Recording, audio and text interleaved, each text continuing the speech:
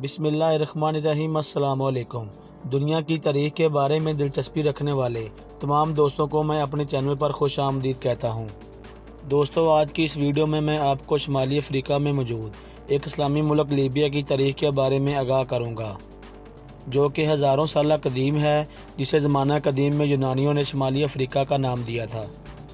हस्बे मामूल वीडियो का बाकायदा आगाज़ करने से पहले मेरी आप तमाम नए आने वाले दोस्तों से गुजारिश है कि यूट्यूब पर मौजूद हमारे channel travelling and world history को सब्सक्राइब कर लें और साथ मौजूद घंटी की अलामत को भी दबा दें, ताकि हमारी तमाम नई आने वाली वीडियोज़ आप दोस्तों तक बआसानी पहुँच सके।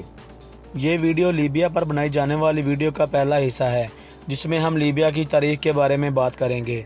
लीबिया का नाम लेते ही सबसे पहले हमारे जहनों में एक अजीम इस्लामी लीडर कर्नल मुअम्मर कज़ाफ़ी का नाम दौड़ने लगता है। अगर हम मुअम्मर कज़ाफ़ी के अरूज ज़वाल की बात करनी शुरू करें तो ये वीडियो बहुत लंबी पड़ जाएगी। कहा जाता है कि एक वक्त था जब लीबिया में हर तरफ सर सब्ज़ा हुआ करता था, फिर मौसम ने रंग पकड़ा और इस मुल्क का नक्शा ही बदल गया। अब इस मुल्क में 11 लाख मरबा किलोमीटर से ज़्यादा रकबा सहराओं पर मुश्तमिल है। ये वही सहरा है जिसे सहराए आज़म भी कहा जाता है। इस खित्ते में हरियाली ख़त्म होने के बाद यहाँ पर इंसानी ज़िंदगी बिल्कुल ख़त्म हो गई थी। उसके बाद 5 सदियों तक यहाँ पर इंसानी आबादी का वजूद नहीं मिलता, मगर फिर कुछ सदियों बाद 3300 कबले मसीह में एक बार फिर से इंसानी आबादी के शवाहद मिलते हैं। कहा जाता है कि दूसरी बार यहाँ बर्बर कबीले के लोग ही आकर आबाद हुए थे, जिन्होंने मराकश में भी आबादकारी की थी। ये वही कबीला था जिसने आगे चलकर मुसलमानों को तारिक बिन ज़ियाद जैसा बेटा अता किया था। बर्बर कबीले के बाद फ़ारस यानी कदीम ईरानी सल्तनत का इस मुल्क पर कब्ज़ा हो गया। ईरानी सल्तनत के बाद सिकंदर आज़म और फिर ये मुल्क मिस्री हसीना क्लेओपत्रा के कब्ज़े में चला गया। क्लेओपत्रा की हुकूमत के खात्मे के बाद रोमियों ने इस मुल्क पर कब्ज़ा कर लिया। सन 647 ईस्वी में हज़रत उमर बिन अंस और हज़रत अब्दुल्ला बिन साद की क़यादत में मुसलमान फ़ौज ने यहाँ के तारीख़ी शहर तराबलस पर कब्ज़ा कर लिया। उसके बाद यहाँ दौर आया उस्मानी सल्तनत का। उस्मानी सल्तनत के दौर में लीबिया ने बड़ी तरक्की की।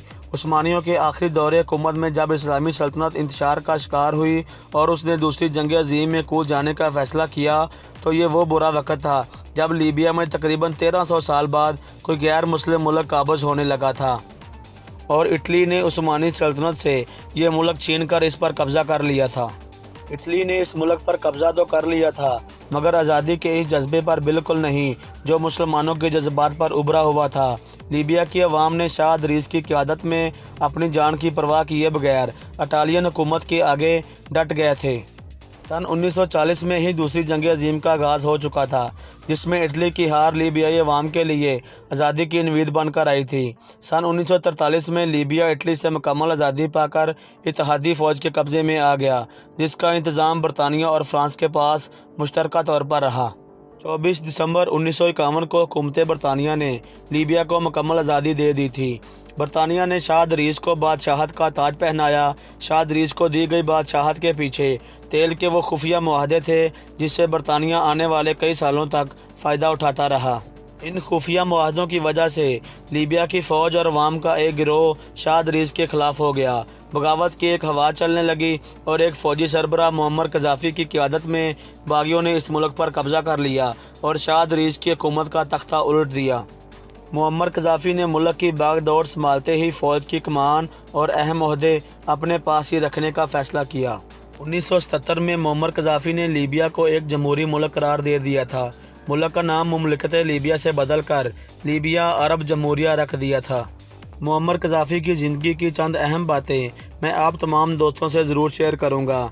मुअम्मर कज़ाफ़ी ने लीबिया के लिए ऐसे काम शुरू किए थे जिन्हें सुनकर यूरोपियों की रूह कांप जाती थी, जैसे लीबिया को एटमी ताकत बनाना, मुसलमान ममालिक ख़ास तौर पर तेल रखने वाले ममालिक को अपने साथ मिलाकर यूरोपी ममालिक का तेल बंद करना। यही वजूहात थी जिनसे यूरोप में लीबिया के ख़िलाफ़ आग लगा दी थी। कज़ाफ़ी को जालिम करार दिया जाने लगा। कज़ाफ़ी की रहशगाहों पर हमले किए जाने लगे। कज़ाफ़ी ने आलमी ताकतों के दबाव की वजह से अरबों डॉलर मुख्तलिफ लगाए गए झूठे इल्ज़ामों की बुनियाद पर अदा किए, जो लीबिया और कज़ाफ़ी ने कभी किए भी नहीं थे। इसराइल जंग में मिस्र का साथ देना, सद्दाम हुसैन की रिहाई के लिए लड़ने वाले वकीलों में एक वकील कर्नल मुअम्मर कज़ाफ़ी की बेटी भी थी, क्योंकि कर्नल कज़ाफ़ी किसी तरह भी सद्दाम हुसैन और इराक़ को अमरीकियों से बचाना चाहता था। अरब जंग में इराक का साथ देना कर्नल गद्दाफी को काफ़ी महंगा पड़ा था।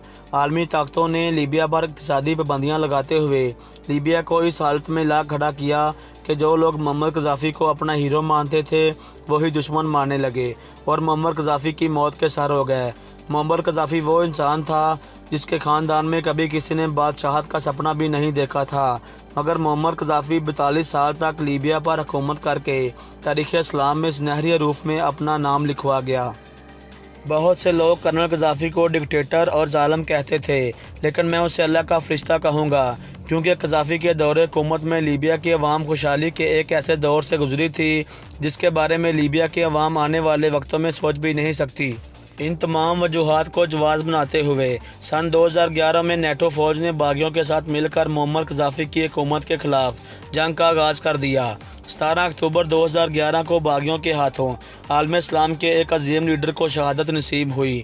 कर्नल गद्दाफी ने लीबिया की अवाम से वादा कर रखा था कि वो जान तो दे देगा लेकिन लीबिया को छोड़कर नहीं जाएगा, और उसने अपना ये वादा वफा कर दिया।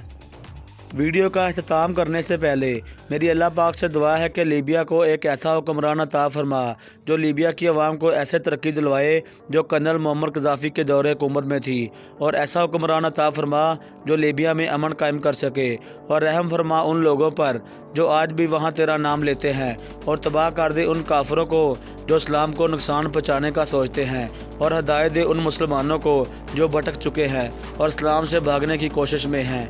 आमीन सुम्मा आमीन। दोस्तों, ये थी लीबिया की तारीख़ के बारे में एक मुख्तसर सी वीडियो। अगर ये वीडियो आप दोस्तों की मालूमात में इजाफे का सबब बनी हो तो इस वीडियो को अपने दोस्तों के साथ फेसबुक व्हाट्सएप वाल पर शेयर करते हुए अपनी पसंदीदगी का इजहार करें ताकि हमारी हौसला अफजाई हो सके।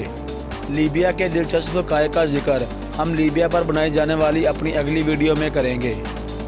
एक नई वीडियो तक के लिए मुझे दें इजाज़त। फ़ी इमानिल्लाह।